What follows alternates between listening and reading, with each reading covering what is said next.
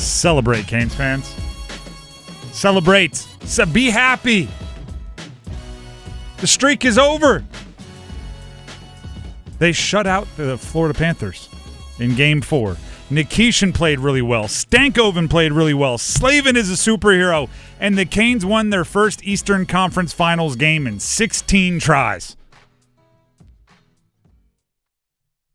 That is warrant for celebration. It is okay to be happy. It did feel like, as excited as everybody was for Game 4 and the win and how it turned out and the 2 empty netters to seal it and all of those things, there was a little reserve there because you don't want to be too happy when you're down in the series 3-1 still. You don't want to be smiling when you're down in this. No, celebrate. Eastern Conference Finals or Conference Finals wins are difficult to find. Matter of fact, the streak that the Canes just broke shows how difficult it is to win in the Eastern Conference Finals. So enjoy it. Enjoy it. We have all day tomorrow to worry and nitpick about Game 5 and to think about what's going to carry over and how much did this impact that. And we can dissect till we're blue in the face. But the fact of the matter is, the last Eastern Conference Finals game that the Carolina Hurricanes won, Rod Brind'amour scored the game winner. And if you wait that long for something, you don't want to breeze through it. You don't want to breeze through it at all. We will have the other conversation. Right? The one about, nitpicking, I guess. But first, the Canes won a conference finals game. Days since, I had fun with this. Days since the Carolina Hurricanes have won an Eastern Conference Finals game, 0. Days since the Toronto Maple Leafs have won an Eastern Conference Finals game, 8,403. Right? That's the kind of perspective to have on it right now. You get 24 hours to celebrate. Give yourself that. Talk a little trash. By the way, that was ironically back in 2002 when they beat the Canes, but then the Canes won the series to go to the Stanley Cup Finals. So there's a whole bunch of ways you can twist the knife if you have any friends that are Maple Leafs fans. Take that for data. Yeah, we got numbers. But to put it in more perspective, the Blue Jackets, the Wild, they each jumped into the league in 2000. Since then, they've won 0 conference finals games. Which tells you right now what the Canes did last night would be the high water mark for multiple franchises in the NHL. I don't want to include like Utah, right? And brand new. And I guess they did get one in 2012 as the Phoenix Coyotes. But Detroit, Buffalo, Calgary, they've all gone at least since I was in high school. I'm in my mid-30s with 2 kids, at least since I was in high school. Have they won a conference finals game? That is something to celebrate. I'm not going to call out the show or the station, but there's a Washington, D.C. sports radio show that today was asking if the Commanders got a bad draw with their tough preseason schedule. Do you know why they had to ask those questions and they're digging? It's because the Caps lost in the second round and they're not in the conference finals to continue. The Canes are still playing hockey. Celebrate it. Celebrate it. And by the way, there's at the very least, right? Going into Game 4, we completely readjusted our expectations and our goals, right? You start maybe throttling back on winning the series, although anything is possible, and you start talking about win one, end the streak. You start talking about get the young guys experience. You start talking about the core maybe overcoming some of the demons that have been facing them in the Eastern Conference Finals. So if and when they reach there again, they don't have that hanging over their head. They did that. Do you know who scored the first goal for the Canes? Logan Stankoven. You know who got the primary assist? Alexander Nikishin. You know what those two guys have in common? They're rookies. Rookies. It's like a time machine into the future of the Carolina Hurricanes, and you saw it in an Eastern Conference Finals win. Celebrate that. Do you think rookies are going to get better or worse. The hope is better. Hope is better. The hope is better. The hope is they have all their development in front of them, right? They're only going to get better with experience, and they're only going to get better with aid and development from the coaching staff and the veterans. They're only going to get better. And 2 rookies just connected to score the first goal in an Eastern Conference Finals win.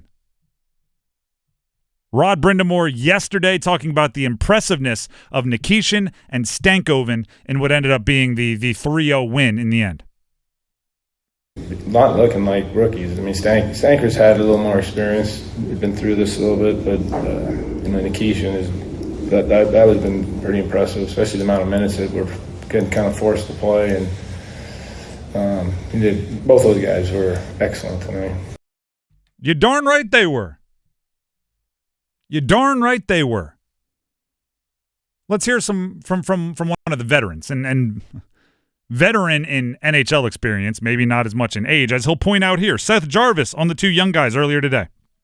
I'm only a year older than these guys, man. I don't know why you think I'm 40. Last year it was crazy. Younger than Nick. Yeah, I mean, they. I understand what they're going through, but I think they all. These young guys nowadays have all these crazy personalities, and they handle the pressure really well. So they've done a great job at succumbing to whatever's going around them and performing well. It is okay to let your imagination run wild. Seth Jarvis just brought up a great point. Alexander Nikishin's older than Seth Jarvis. Yeah, it was Jordan Martinook said, I think you're younger than Nicky. Alexander Nikishin is older than Seth Jarvis. And that's not me sitting here saying like Nikishin is actually really old. That's me saying, don't forget how young Seth Jarvis is. Yeah, they were drafted the same year, 2020. That is me saying there's a lot of youth on this Carolina Hurricanes. They had 4 rookies play in the game on last night, the game 4 that they won. That is the most in decades that a team has played. The most rookies in over a decade that have been in an Eastern or Western Conference Finals victory. Be happy. Now, I like, there's always that next step, and yes, Game 5 is tomorrow, and they should probably already be turning the page and full speed ahead towards Game 5. But for the fans, let your imaginations wander. These wins don't come around often. Matter of fact, I was talking with Dennis. I went and found the last conference finals win for every team in the NHL. And yeah, a handful of them this year, right? The 4 of them, they all have at least 1 win this season. But there are teams, there are franchises that are looked upon as very, very good and consistently very, very good. And you'd be surprised. Pittsburgh, 2017. We're in 2025. You're looking at almost a decade since the Pittsburgh Penguins with Sidney Crosby has won a conference finals game. Right? There are teams, even something like Tampa Bay. It feels like Tampa Bay was winning cups yesterday. It's been 3 years since they won a conference finals game. They haven't won since 2022 in the conference finals. There's a lot of examples like that. Colorado since 2022. There are programs, there are franchises that seem to do things the right way and be the envy of the league, and they still don't get done what the Canes got done last night. So I know I'm kind of beating a dead horse here, broken record. I am not doing that kind of by happenstance. I am trying to hammer home the fact that, yeah, you're down 3-1, but there's something to be said for winning that one the way they did. In between games 3 and 4, I put out a tweet that basically said, we're going to learn a lot about this team by how they show up on Monday. It's not about them as hockey players. We know the strengths and weaknesses. There's very few surprises. Maybe Nikishin would be the one that we're still learning about as a hockey player. But everybody else, we've seen a massive sample size. We know what they bring to the table. We know who can skate. We know who's physical. We know. We're not going to learn anything about them as hockey players. What we're going to learn is about them as competitors. And I can tell you right now, I said that between Game 3 and Game 4. You can go check the replies. Not many people were expecting the Canes to bow their neck, fight, scrap, and win Game 4. But that's exactly what they did. Does it make up for games 1 through 3? No. Does it win you the series? We know that's not true. But is it worth something? You're darn right it is. You're darn right it is. Pride, honor, whatever you want to call it. Competitive spirit, never say die. You can describe it a million different fortune cookie ways. But it's worth something. And Canes fans should be proud of how they played in Game 4.